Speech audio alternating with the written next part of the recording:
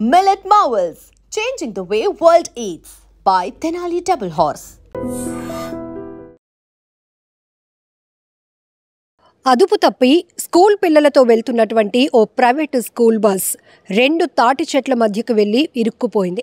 ఈ ఘటన ఒక్కసారిగా స్థానికులను తీవ్ర కలవరపాటుకు గురిచేసింది. ఎందుకంటే ఉదయం సమయం, అందులోనూ స్కూల్స్కి వెళ్లే టైం, స్కూల్ పిల్లలతో వెళ్తున్న బస్సు ఇలా ప్రమాదానికి గురవటం వల్ల అందులో ఉన్న పిల్లల పరిస్థితి ఏంటి అని స్థానికులు పరుగులు పెట్టారు. విశాఖ జిల్లా భీమిలి పద్మనాభం మండలంలో ఈ ఘటన జరిగింది.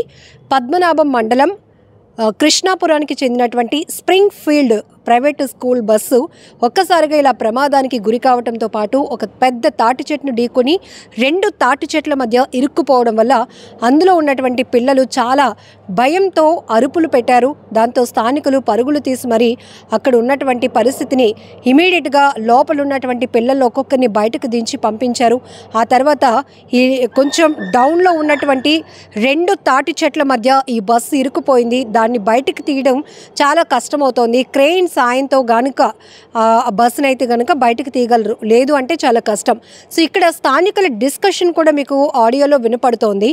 సో పూర్తి స్థాయిలో మంచి వెల్ ఎక్స్పీరియన్స్డ్ వాళ్ళని కాకుండా తక్కువ జీతాలకి కొద్దో గొప్ప డ్రైవింగ్ వచ్చిన వాళ్ళని పెట్టేసుకుంటూ ఉండడం వల్ల కూడా ఎక్కువ శాతం వాళ్ళు వెహికల్స్ని కంట్రోల్ చేయలేకపోతున్నారు. ప్రమాదం జరుగుతుంది. ఇక్కడ బస్సు మాత్రమే ప్రమాదానికి గురైంది, ఎవరికి ఏమీ జరగలేదు కాబట్టి సరిపోయింది.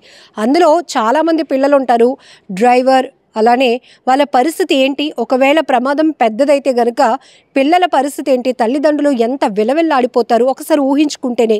ఇవన్నీ కూడా స్థానికులు అక్కడ డిస్కస్ చేసుకుంటున్నటువంటి పరిస్థితులు కూడా కనబడుతున్నాయి వీడియోలో. ఎందుకంటే ఎక్కువ శాతం అక్కడ మలుపు దగ్గర వాళ్ళకి ఎక్స్పీరియన్స్ లేకపోవడం వల్ల ఈ బస్సులని కంట్రోల్ చేయలేకపోతున్నారు. ఆపోజిట్లో వస్తున్నటువంటి వెహికల్ను తప్పించిపోయి అదుపు తప్పి ఇలా రెండు తాటి చెట్ల మధ్యకి వెళ్ళిపోయి ఇరుక్కుపోయింది బస్సు. సో ఒక్కసారిగా బస్సు ఇట్లా మీరు చూస్తే కనుక విజువల్స్లో ఇలా పడిపోయింది. అదే సమయంలో పిల్లలు ఉంటే దానికి ఉన్నటువంటి ఐరన్ మెటీరియల్స్ ఉంటాయి, గాయాలు తగిలినా కూడా చాలా బాధాకరమైన విషయమే కదా.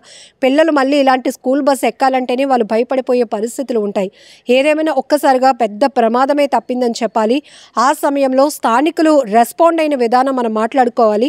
ఎందుకంటే అందరూ కూడా ఎంత బిజీగా ఉన్నా ఎవరైనా ఆపదలో ఉన్నారు అంటే కనుక ఇది రూరల్ ఏరియా లాగా ఉంటుంది, కొంచెం విలేజ్ బ్యాక్గ్రౌండ్ ఏరియా కాబట్టి పరుగును పెట్టి అక్కడ పిల్లల్ని ఒక్కొక్కరు హత్తుకొని బయటకు తీసుకొచ్చిన విధానం కూడా చాలా గ్రేట్ అనిపించింది. వాళ్ళ సహాయం చేసే విధానం కూడా మనం మెచ్చుకోవాలి. ఎందుకంటే అదేదైనా ఘాట్ రోడ్ లాంటివి ఇట్లాంటి వాటిల్లో కూడా చాలా భారీ వాహనాలు మనం ప్రమాదానికి గురవుతూ ఉండటం చూస్తాం. ఎక్కువగా పాడేరు, అరకు లాంటి ఏజెన్సీ ప్రాంతాల్లో ఘాటి ఉంటుంది, హెవీ వెహికల్స్ ఉంటాయి. ఒక్కసారిగా వెహికల్స్ కంట్రోల్ తప్పే పరిస్థితి. ఇప్పుడు నార్మల్ రోడ్లో కూడా ఒక వాహనాన్ని తప్పించే స్కిల్ కూడా డ్రైవర్లకి లేకపోతే అందులో పిల్లలు ఉన్నారు, ఎంత జాగ్రత్తగా ఉండాల్సి ఉంటుంది. ఒక్కసారి ఇవన్నీ మనం గమనించుకోవాలి. అలాగే వెహికల్ ఫిట్నెస్ విషయంలో కావచ్చు, మెయిన్గా ప్రైవేట్ స్కూల్స్ ఏంటి, ఇప్పుడు ఆర్టీసీ బస్సులు కూడా ప్రమాదానికి గురవుతూ ఉన్నాయి. ఇది కూడా పక్కన పెడితే ఎక్కువగా డ్రైవర్లు మాత్రం చాలా అలర్ట్గా ఉంటారు, వాళ్ళకి చాలా ఎక్స్పీరియన్స్ ఉంటుంది. కానీ వెహికల్స్లో ఫిట్నెస్ లేకపోవడం, బాగా అది సర్వీస్కి ఎక్కువ సంవత్సరాలు సర్వీస్లో ఉండటం, లేకపోతే హెవీ లోడ్ వల్ల ప్రమాదాలు జరుగుతాయి. బట్ ఇక్కడ మనం ప్రైవేట్ స్కూల్ బస్సులు మాత్రం మెరిసిపోతూ ఉంటాయి బయటకు చూస్తే. సో డ్రైవర్లు మాత్రం చాలా నెగ్లిజెన్సీగా ఉండటం, ఫోన్లు మాట్లాడుతూ డ్రైవింగ్ చేయటం, లేకపోతే ఇట్లా వెహికల్స్ ఏమైనా వస్తున్నప్పుడు వాళ్ళు ఆ టైంలో టైం సెన్స్ లేకపోవడమో, లేకపోతే వెహికల్స్ని కంట్రోల్ చేసే పరిస్థితి లేక ఇలా అదుపు తప్పి భారీ ప్రహారీ గోడలకు గుద్దుకోవడమో, చెట్లకు గుద్దించేసి అక్కడ వెహికల్ని ఆపించడమో ఇట్లాంటివి జరుగుతాయి. ఒకవేళ అది పెద్ద ఘాటి అయితే కనుక ఈ ప్రమాదం లోయలో పడే అంత ప్రమాదం తప్పిందని చెప్పాలి. సో ఏది ఏమైనా ఎవ్వరికి ఏమీ కాకపోవడం, అందరూ ఊపిరి పీల్చుకున్నారు. బట్ ఈ బస్సును మాత్రం క్రేన్ సాయంతో బయటకు తీయాల్సిన పరిస్థితి ఉంది. సో ఏది ఏమైనా ఒక్కసారిగా భీమిలిలో ఈ ఘటన ప్రతి ఒక్కరిని ఉలిక్కిపాటుకు గురి చేసింది. నిజంగా ప్రస్తుతం ఉన్నటువంటి సమాజం దేనికి ప్రయారిటీ ఇస్తుంది? ఆర్థిక సంబంధాల చుట్టూ మాత్రమే తిరుగుతుంది. మళ్ళీ ఎన్నికలంగానే చాలా విరక్తి కలుగుతాం. మంచి అనిపిస్తుంది కదా, లేడీస్ కూడా ఛాలెంజింగ్ జాబ్స్ చేసినప్పుడు చాలా బాగుంటది. ట్రాఫిక్ అసిస్టెంట్స్ గా నియమించిన ట్రాన్స్జెండర్స్ అందరితో సాల్యూట్ చేయించుకుంటున్నారు. ఫుడ్ డెలివరీ ఇవ్వటానికి వెళ్ళినటువంటి డెలివరీ బాయ్ అనిల్ పై కళ్ళ ముందు